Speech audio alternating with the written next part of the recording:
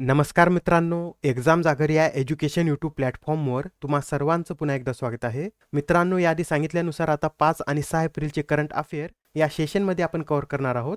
तर आता यामधील पहिला प्रश्न पहा काय आहे. ग्लोबल लीडर अप्रुव्हल रेटिंग लिस्टमध्ये रिकामी जागा यांनी प्रथम स्थान पटकावले आहे. अत्यंत महत्त्वाचा प्रश्न आहे पहा. तर आता या ग्लोबल लीडर अप्रुव्हल रेटिंगमध्ये पंतप्रधान नरेंद्र मोदी यांनी प्रथम स्थान पटकावलेलं आहे. आणि पंतप्रधान नरेंद्र मोदी यांना किती टक्के लोकांनी पसंती दिलेली आहे, तर 76% पसंतीसह नरेंद्र मोदी यांनी यामध्ये प्रथम स्थान पटकावलेलं आहे. तसेच यामध्ये दुसऱ्या क्रमांकावर कोण आहेत, तर यामध्ये दुसऱ्या क्रमांकावर मेक्सिको या देशाचे नेते अँद्रेस मॅन्युअल लोपेस ओब्राडोर हे आहेत. यांना 61% लोकांनी पसंती दिलेली आहे. त्यानंतर तिसऱ्या क्रमांकावर ऑस्ट्रेलियाचे अँथनी अल्बानीज आहेत. चौथ्यावर स्वित्झर्लंडचे ॲलन बर्सेट आहेत आणि पाचव्या क्रमांकावर इटलीच्या जॉर्जिया मेलोनी आहेत. इटलीच्या जॉर्जिया मेलोनी यांना किती टक्के लोकांनी पसंती दिलेली आहे, तर 49% लोकांनी यामध्ये त्यांना पसंती दिलेली आहे. आता प्रश्न क्रमांक दुसरा पहा. आंतरराष्ट्रीय ऊर्जा एजन्सीच्या माहितीनुसार जगातील एकूण ऊर्जेपैकी किती टक्के ऊर्जा तेलापासून मिळवली जाते. तर आता आंतरराष्ट्रीय ऊर्जा एजन्सीच्या माहितीनुसार जगातील एकूण ऊर्जेपैकी 33.1% ऊर्जा ही तेलापासून मिळवली जाते.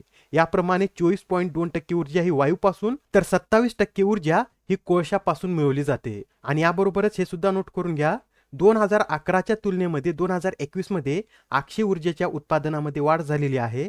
याआधी 2011 मध्ये अक्षय ऊर्जेचा हिस्सा 20% होता, तो 2021 मध्ये वाढून 28% इतका झालेला आहे. अक्षय ऊर्जा व्यतिरिक्त जीवाश्म ऊर्जेचा वापर हा 68% वरून 62% इतका कमी झालेला आहे, तर अणुऊर्जेचा वापर हा 12% वरून 10% इतका कमी झालेला आहे. आता ऊर्जा क्षेत्रामधील भारताविषयीचा एक महत्त्वाचा पॉईंट नोट करून घ्या. तर भारताने 2030 पर्यंत अक्षय ऊर्जेची स्थापित क्षमता ही 450 गिगावॅट पर्यंत नेण्याचे लक्ष्य ठेवलेलं आहे. आता प्रश्न क्रमांक तिसरा पहा. सीबीआयच्या स्थापनेला किती वर्ष पूर्ण झाली आहेत, तर आता सीबीआयच्या स्थापनेला 60 वर्ष पूर्ण झालेली आहेत. आणि आता हे 60 वर्ष पूर्ण झाल्यानिमित्त नवी दिल्लीतील विज्ञान भवन येथे 3 एप्रिल रोजी सीबीआयचा हीरक महोत्सव आयोजित करण्यात आला होता आणि त्या समारंभाचे उद्घाटन पंतप्रधान नरेंद्र मोदी यांच्या हस्ते करण्यात आलं होतं. आता हे जे सीबीआय आहे याचं फुल फॉर्म काय आहे, तर सेंट्रल ब्युरो ऑफ इन्व्हेस्टिगेशन असे याचं पूर्ण स्वरूप आहे. आणि याची स्थापना संतानम समितीच्या शिफारसीवरून 1 एप्रिल 1963 रोजी करण्यात आली होती. याचं मुख्यालय कुठे आहे, तर नवी दिल्लीत याचं मुख्यालय आहे. तसेच या संस्थेचा मोटो काय आहे, तर इंडस्ट्री, इम्पार्शिलिटी, इंटिग्रिटी असा या संस्थेचा मोटो आहे. आणि सध्या सुबोध कुमार जयस्वाल हे या संस्थेचे प्रमुख आहेत. आता प्रश्न क्रमांक 4 पहा. अलीकडे चर्चेत असलेला सी लॅम्प्रे काय आहे, तर आता हा जो सी लॅम्प्रे आहे हा एक मासा आहे. आणि सध्या हा चर्चेमध्ये काय आहे, तर नुकताच आता हा दुर्मिळ मासा टेक्सेल या डच बेटावर आढळला होता, त्यासाठी हा मासा चर्चेमध्ये आलेला आहे. आणि आता एक्झाममध्ये या माशाविषयी सुद्धा तुम्हाला प्रश्न विचारला जाऊ शकतो, तर या माशाविषयीच्या माहितीमध्ये हे नोट करून घ्या. तर आता हा जो सी लॅम्प्रे मासा आहे हा एक परजीवी मासा आहे आणि त्याचं मूळ कोठे आहे, तर उत्तर आणि पश्चिम अटलांटिक महासागरामध्ये त्याचं आपल्याला मूळ पाहायला मिळतं. आणि इतर माशांच्या विपरीत या लॅम्प्रेमध्ये शाल्क, पंख आणि गिल कव्हर नसतात आणि त्याचे सांगाडे उपास्थीचे बनलेले असतात. याबरोबरच हे जे सी लॅम्प्रे मासे आहेत हे इतर माशांची शिकार करतात आणि त्यामध्ये ते दरवर्षी सुमारे 40 पौंड माशांची शिकार करतात. आता प्रश्न क्रमांक 5 पहा. नुकत्याच लॉन्च करण्यात आलेल्या नवीन परकीय व्यापार धोरणात कधीपर्यंत देशातील निर्यातीला $2 ट्रिलियन पर्यंत पोहोचवण्याचे लक्ष्य ठेवण्यात आले आहे. तर आता 2023 मध्ये जे नवीन परकीय व्यापार धोरण लॉन्च करण्यात आलेलं आहे त्या धोरणानुसार 2030 पर्यंत भारताची निर्यात ही $2 ट्रिलियन पर्यंत पोहोचवण्याचं लक्ष्य ठेवण्यात आलेलं आहे. आणि आता हे जे नवीन परकीय व्यापार धोरण आहे हे कोणी लॉन्च केलेलं आहे, तर हे धोरण 31 मार्च रोजी केंद्रीय वाणिज्य आणि उद्योग मंत्री पियुष गोयल यांनी लॉन्च केलेलं आहे. आणि हे नवीन परकीय व्यापार धोरण 1 एप्रिल पासून पुढील 5 वर्षासाठी लागू असणार आहे. याआधी परकीय व्यापार धोरण कधी लॉन्च करण्यात आलं होतं, तर 1 एप्रिल 2015 मध्ये लॉन्च करण्यात आलं होतं आणि हे धोरण 2020 पर्यंतच होतं. पण यामध्ये कोरोनामुळे 31 मार्च 2023 पर्यंत वाढ करण्यात आली होती आणि आता शेवटी 3 वर्षानंतर भारताने नवीन परकीय व्यापार धोरण लॉन्च केलेलं आहे. आता या नवीन धोरणामधील अत्यंत काही महत्त्वाचे पॉईंट नोट करून घ्या. आता या धोरणाअंतर्गत लघु, कुटीर आणि मध्यम उद्योगासाठी अर्ज शुल्क 50 ते 60% कमी करण्यात आलेला आहे आणि या धोरणामध्ये भारतीय रुपयात आंतरराष्ट्रीय व्यापाराला चालना देण्यात येणार आहे. विशेषतः ज्या देशांना डॉलरचा तुटवडा किंवा आर्थिक संकटाचा सामना करावा लागत आहे त्यांच्याशी रुपयामध्ये व्यापार करण्यावर भर देण्यात येणार आहे. तसेच या नवीन परकीय व्यापार धोरणामध्ये 4 नवीन टाउन्स ऑफ एक्सपोर्ट एक्सलन्स ही फरीदाबाद, मुरादाबाद, मिर्झापूर आणि वाराणसीमध्ये स्थापन करण्यात येणार आहेत. याआधी भारतामध्ये एकूण किती टाउन्स ऑफ एक्सपोर्ट एक्सलन्स आहेत तर 39 आहेत आणि आता या 4 नवीन TEA नंतर यांची संख्या 43 इतकी होणार आहे. यासहज आता सेजला अपग्रेड करून देश बनवण्यात येणार आहे आणि येथे देशचा फुल फॉर्म काय आहे तर development of enterprise and service hub असा देशचा फुल फॉर्म आहे. याबरोबरच आता कुरिअर सेवांद्वारे निर्यातीसाठीची मूल्य मर्यादा ही 5 लाख रुपयावरून वाढून 10 लाख रुपये करण्यात आलेली आहे. आता प्रश्न क्रमांक 6 पहा. WHOने खालीलपैकी कोणत्या देशाला 29 मार्च रोजी मलेरिया मुक्त देश म्हणून घोषित केला आहे. तर आता WHOने 29 मार्च रोजी अझरबैजान आणि ताजिकिस्तान या 2 देशांना मलेरिया मुक्त म्हणून घोषित केलेला आहे. म्हणजेच या प्रश्नाचं योग्य उत्तर काय आहे तर पर्याय क्रमांक 4 हे या प्रश्नाचं योग्य उत्तर आहे. आणि आता या अझरबैजान देशामध्ये मलेरियाचे शेवटचे प्रकरण 2012 मध्ये आढळले होते तर ताजिकिस्तानमध्ये हे प्रकरण 2014 मध्ये आढळले होते. बरं मग WHO द्वारे आतापर्यंत एकूण किती देशांना मलेरिया मुक्त देश म्हणून घोषित करण्यात आलेला आहे तर 41 देश आणि एका प्रदेशाला आतापर्यंत मलेरिया मुक्त म्हणून घोषित करण्यात आलेला आहे. त्यापैकी 21 देश हे UN हेल्थ एजन्सीच्या युरोपियन प्रदेशातील आहेत. आता इथं मलेरियाचा उल्लेख आलेला आहे तर मलेरियाविषयी हे सुद्धा नोट करून घ्या. मलेरिया हा आदिजीवामुळे होणारा आजार आहे आणि यासाठी प्लाझ्मोडियम व्हिवाक्स हा आदिजीव कारणीभूत असतो आणि मलेरियाचा प्रसार कोणाद्वारे होतो तर अॅनाफिलिस डासांच्या मादीद्वारे या मलेरियाचा प्रसार होतो आणि मलेरिया या रोगामध्ये प्लाझ्मोडियम हा आदिजीव शरीरातील लोहित रक्तपेशीवर हल्ला करतो. आता प्रश्न क्रमांक 7 पहा. मानव वन्यजीव संघर्ष आणि सहअस्तित्व या आंतरराष्ट्रीय परिषदेचे आयोजन कोठे करण्यात आले आहे तर मानव वन्यजीव संघर्ष आणि सहअस्तित्व या आंतरराष्ट्रीय परिषदेचे आयोजन UK मध्ये करण्यात आलेलं आहे. आणि UK मध्ये कोठे तर UK मध्ये ऑक्सफोर्ड येथे या आंतरराष्ट्रीय परिषदेचं आयोजन करण्यात आलं होतं. आणि ही जी परिषद आहे ही परिषद international union for conservation of nature, अन्न आणि कृषी संघटना, संयुक्त राष्ट्र विकास कार्यक्रम आणि इतर संस्थांद्वारे संयुक्तपणे आयोजित करण्यात आली होती.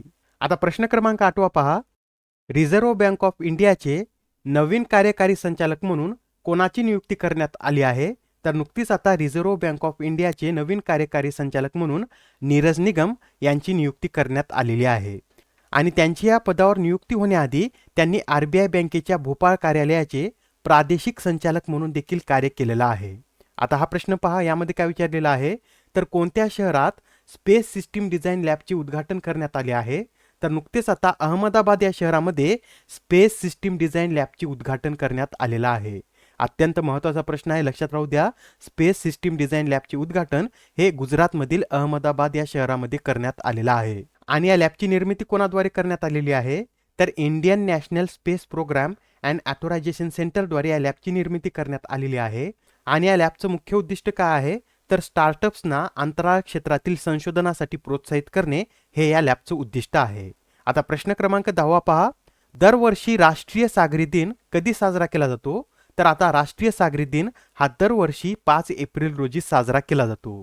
आणि यावेळेस या दिवसाची थीम काय होती तर अमृतकालीन शिपिंग अशी यावेळेस या दिवसाची थीम होती. आणि तसेच हा दिवस प्रथम कधी साजरा करण्यात आला होता तर हा दिवस प्रथम 1964 रोजी साजरा करण्यात आला होता. आता प्रश्न क्रमांक 11 पहा.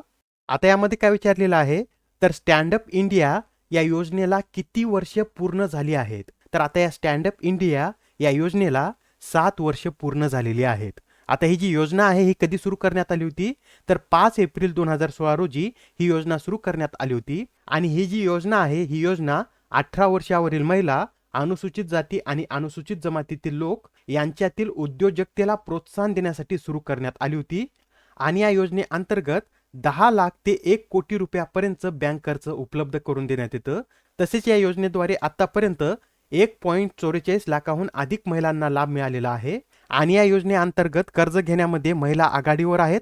आतापर्यंत या योजनेअंतर्गत 80% पेक्षा जास्त महिलांनी कर्ज घेतलेलं आहे.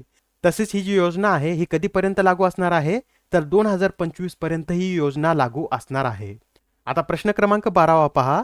नुकतेच आता वाराणसीमधील किती कृषी उत्पादनाला GI टॅग देण्यात आले आहेत? तर आता वाराणसीमधील 4 कृषी उत्पादनाला GI टॅग देण्यात आलेले आहेत आणि त्यामध्ये कोणकोणत्या उत्पादनाचा समावेश आहे? तर यामध्ये बनारसी पान, लंगडा आंबा, रामनगर वा भंता आणि आदम चिनी तांदूळ या कृषी उत्पादनाचा समावेश आहे. तसेच आतापर्यंत UP मधील 45 उत्पादनांना GI टॅग मिळालेले आहेत. त्यापैकी काही क्षेत्रामधील 22 उत्पादनांना आतापर्यंत GI टॅग मिळालेले आहेत. आणि आता इथे बनारसी पानला GI टॅग मिळालेला आहे. याआधी सुद्धा 2 पानांना GI टॅग मिळालेले आहेत. त्यांची नावे सुद्धा नोट करून घ्या. बनारसी पानाच्या आधी बिहारच्या मगई पान आणि महाबा देसावरी पानाला सुद्धा अशाच प्रकारे GI टॅग देण्यात आलेला आहे. भारतातील पहिले उत्पादन कोणते आहे ज्याला GI टॅग देण्यात आलं होतं? तर दार्जिलिंग चहा हे भारतामधील पहिलं उत्पादन आहे. त्याला 2003-4 मध्ये GI टॅग देण्यात आला होता. आणि आता हा जो GI टॅग असतो हा किती वर्षासाठी देण्यात येतो? तर GI टॅग हा 10 वर्षासाठी देण्यात येतो. आता प्रश्न क्रमांक 13 पहा. खालीलपैकी कोणत्या उच्च न्यायालयाच्या स्थापनेला 75 वर्ष पूर्ण झाली आहेत? तर आता गुवाहाटी उच्च न्यायालयाच्या स्थापनेला 75 वर्ष पूर्ण झालेली आहेत. आणि गुवाहाटी उच्च न्यायालयाची स्थापना कधी करण्यात आली होती? तर 5 एप्रिल 1948 रोजी या उच्च न्यायालयाची स्थापना करण्यात आली होती. आणि तुम्हाला आता एक्झाममध्ये असं सुद्धा विचारलं जाऊ शकतं की या उच्च न्यायालयाच्या अधिकार क्षेत्रामध्ये कोणकोणती राज्य येतात? तर नोट करून घ्या. आसाम, अरुणाचल प्रदेश, मिझोराम आणि नागालँड ही राज्य या उच्च न्यायालयाच्या अधिकार क्षेत्रामध्ये येतात. तसेच या उच्च न्यायालयाची 3 खंडपीठे आहेत आणि ती कोठे कोठे आहेत? तर एक इटानगर, दुसरं एजॉल आणि तिसरं खंडपीठ कोहिमा येथे आहे. आणि याबरोबरच जे ऑप्शनमधील उच्च न्यायालय आहेत त्यांची स्थापना वर्ष सुद्धा नोट करून घ्या. पाटणा उच्च न्यायालयाची स्थापना 1916 मध्ये झालेली आहे. केरळ उच्च न्यायालयाची स्थापना 1958, तर गुजरात उच्च न्यायालयाची स्थापना ही 1960 मध्ये करण्यात आली होती. आता प्रश्न क्रमांक 14 पहा. 2023 मधील आशियाई ट्रायथलॉन आणि दक्षिण आशियाई चॅम्पियनशिपचे आयोजन कोठे करण्यात आले आहे? तर आता 2023 मधील आशियाई ट्रायथलॉन आणि दक्षिण आशियाई चॅम्पियनशिपचे आयोजन हे नेपाळमध्ये करण्यात आलेलं आहे. आणि आता या स्पर्धेमध्ये भारताच्या राहुल शिंदेंनी सुवर्ण पदक पटकावलेलं आहे. आदर्श नायर सिनिमोलन यांनी रौप्य, तर विश्वनाथ यादव यांनी या स्पर्धेमध्ये कांस्य पदक पटकावलेलं आहे. आता प्रश्न क्रमांक 15 पहा. केंद्र सरकारने 23 ऑगस्ट 2023 पर्यंत किती अमृत सरोवर निर्माण करण्याचे लक्ष्य ठेवलं आहे? तर आता केंद्र सरकारने 23 ऑगस्ट 2023 पर्यंत एकूण 50,000 अमृत सरोवर निर्माण करण्याचं लक्ष्य ठेवलेलं आहे. आणि आता हे जे अमृत सरोवर मिशन आहे हे कधी सुरू करण्यात आलं होतं? तर 24 एप्रिल 2022 रोजी हे अमृत सरोवर मिशन सुरू करण्यात आलं होतं. आणि हे मिशन सुरू झाल्यापासून 11 महिन्यापेक्षा कमी कालावधीमध्ये आता 40,000 अमृत सरोवरे विकसित करण्यात आलेली आहेत. तर एवढे पॉईंट याविषयीचे नोट करून घ्या. आणि आता नेक्स्ट क्वेश्चन पहा. इंडियन प्रीमियर लीगची यंदाची ही कितवी आवृत्ती आहे?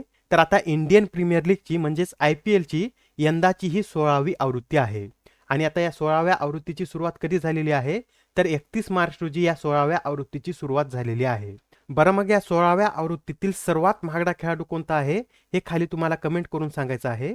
तसेच IPLची पहिली आवृत्ती कधी आयोजित करण्यात आली होती? तर 2008 मध्ये याची पहिली आवृत्ती आयोजित करण्यात आली होती. आणि आता सध्या यामध्ये एकूण 10 संघ सहभागी आहेत. आणि या IPLचे सर्वाधिक वेळा विजेतेपद कोणत्या संघानं पटकावलेलं आहे? तर IPLचे सर्वाधिक 5 वेळा विजेतेपद हे मुंबई इंडियन्सने पटकावलेलं आहे. आणि नुकतेच आता मित्रांनो D&P इंडिया ॲडवायझरीच्या विश्लेषणानुसार इंडियन प्रीमियर लीग ही 2008 मध्ये सुरुवातीच्या काळातच $1 अब्ज पेक्षा जास्त मूल्यांकन असलेली भारतातील पहिली युनिकॉर्न देखील होती. आता प्रश्न क्रमांक 17 पहा. यामध्ये काय विचारलेलं आहे? दक्षिण कोरिया, रिकामी जागा आणि जपान या देशातील नौदलादरम्यान पहिला पाणबुडी विरोधी युद्धाभ्यास आयोजित करण्यात आलेला आहे. आता यामधील जो तिसरा देश आहे याचंच आपल्याला नाव सांगायचं आहे. तर नुकतंच आता दक्षिण कोरिया, अमेरिका आणि जपान या 3 देशातील नौदलादरम्यान पहिला पाणबुडी विरोधी युद्धाभ्यास आयोजित करण्यात आलेला आहे. अत्यंत महत्त्वाचा प्रश्न आहे, लक्षात राहू द्या. आणि आता प्रश्न क्रमांक 18 पहा. भारताने अलीकडेच कोणत्या युरोपियन देशासोबत संरक्षण सहकार्य करार केला आहे? तर नुकताच आता भारताने रोमानिया या देशासोबत संरक्षण सहकार्य करार केलेला आहे. आणि आता 19वा प्रश्न पहा. बंदरे, जहाजबांधणी आणि जलमार्ग मंत्री सर्वानंद सोनोवाल यांनी नॅशनल केमिकल मॅन्युफॅक्चरिंग पोर्टलमध्ये शाश्वत विकासासाठी कोणते मोबाईल ॲप लॉन्च केले आहे? तर नुकतेच आता सर्वानंद सोनोवाल यांनी सागर सेतू हे मोबाईल ॲप लॉन्च केलेलं आहे. आणि आता या 17 मधील शेवटचा प्रश्न पहा. विकास आणि शांततेसाठी आंतरराष्ट्रीय क्रीडा दिन हा कधी साजरा केला जातो? तर विकास आणि शांततेसाठीचा आंतरराष्ट्रीय क्रीडा दिन हा 6 एप्रिल रोजी साजरा केला जातो. आणि हा दिवस 6 एप्रिल रोजीच का साजरा केला जातो? तर 6 एप्रिल 1896 मध्ये अथेन्समध्ये पहिले आधुनिक ऑलिम्पिक आयोजित करण्यात आले होते. त्यासाठी 2014 पासून या दिवसाचं आयोजन करण्यात येत आहे. तर मित्रांनो, आता आपण या सेशनमध्ये 5 आणि 6 एप्रिलचे 20 क्वेश्चन कव्हर केलेले आहेत आणि आपला जो 3 दिवसांचा गॅप पडला होता त्यामधील महत्त्वाचे सर्व करंट अफेअर्स आपण यामध्ये कव्हर केलेले आहेत. तर आता पुढच्या सत्रामध्ये आपण पुन्हा भेटूया. धन्यवाद.